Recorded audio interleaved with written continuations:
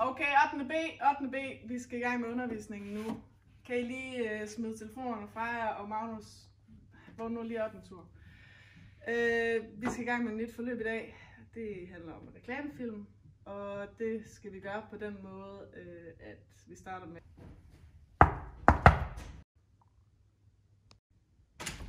Hey, dig der, dansklærer! Hvem? Mig? Altså, hvad er du gang i?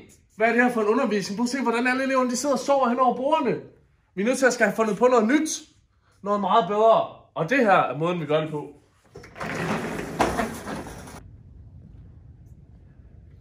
Og nu tænker I sikkert, hvordan er I kommet frem til det her fantastiske undervisningsforløb?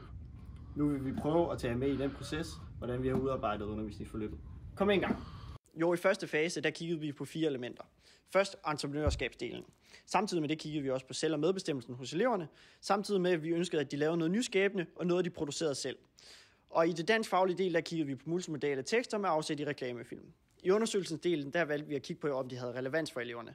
Altså var det noget, de kunne relatere til, og var det noget, de fandt aktuelt og spændende. I den forbindelse valgte vi at interviewe enkelte elever for at høre om, hvad de rent faktisk tænkte om at skulle have om det her emne, og hvad de egentlig tænkte om at skulle have om en reklamefilm. Og hvad det egentlig skulle handle om. Altså havde de nogen input til, om de fandt det relevant, at det skulle handle om det her, vi havde valgt. Vi valgte så at slå os fast på de her 17 verdensmål, som skulle have fokus på filmtekniske virkemidler, samtidig med at have fokus på de danskfaglige mål. Helt hen i argumentationen, jamen, så fandt vi frem til, at eleverne skulle lære at producere et nyskabende og et nytænkende reklamefilm med afsæt i de danskfaglige filmtekniske virkemidler og med afsæt i et af de 17 verdensmål. Og hvor efterlader det os så i forhold til teknologiforståelsen? Og det leder os til anden omgang i designprocesmodellen med en ny designudfordring, nemlig et skærpet fokus på teknologiforståelsesdelen og hvordan det kan spille sammen med entreprenørskabsdelen i vores produkt. I vores undersøgelse kigger vi på, om det vil være muligt at bringe et fysisk artefakt ind, og hvorvidt det vil skabe relevans. Og på baggrund af det begynder vi at idéudvikle om brugen af 3D-print. Det har vi selv arbejdet med det, at vi tog et kursus i undervisning, og det var fedt at se ens tanker og idéer blive til virkelighed. Det vil vi gerne give videre til eleverne. Vi danner nu en ny konstruktion. Reklamefilmen skal indeholde et fysisk 3D-printet artefakt, der har en relation til det valgte verdensmål. Argumentationen for dette er, at undervisningen bliver levendegjort for eleverne, og de får følelsen af med- og selvbestemmelse, fordi det, de nu fysisk har mellem hænderne, er noget, de selv har valgt at producere. Men da vi efterfølgende reflekterer over det, stiller vi spørgsmålstegn ved, om det bliver for ressource- og tidskrævende at lave i en ganske almindelig folkeskole. Og det bringer os til det store vendepunkt i vores proces, hvor vi efter vejledning med vores undervisere kommer frem til at bevæge os i en anden retning. I stedet for 3D-print har vi nu en ny designudfordring at inkorporere digital myndiggørelse som teknologiforståelsesdelen i vores undervisningsforløb. I undersøgelsesfasen og idéudviklingsfasen gør vi os tanker om, at der vil ske med refleksionen hos eleverne, hvis de i slutningen af forløbet skulle lægge deres video på YouTube, som er et medie, de kender i forvejen.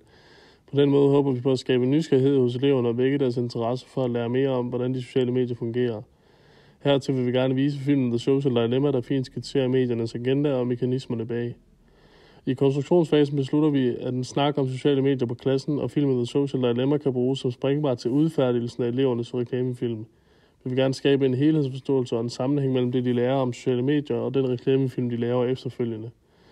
I argumentationsfasen hæfter vi os især ved vigtigheden af, at eleverne opnår en bevidsthed om, hvilke mekanismer der er på spil på internettet generelt, og når vi beder dem lægge noget, de selv har lavet op på nettet, går det forhåbentlig op for dem, hvad der er på spil, når man kan bære det så digitalt.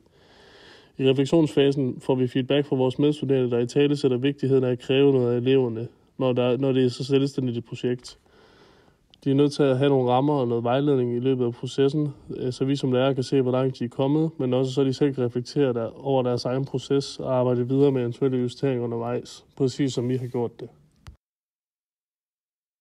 Det er vores proces. I har læst vores undervisningsplan. Nu har I alle redskaber til at gå ud og virkelig facilitere det bedste undervisningsforløb omkring reklamefilm nogensinde. Så der er ikke andet at sige, end at nu er bolden givet op. Held og lykke med det.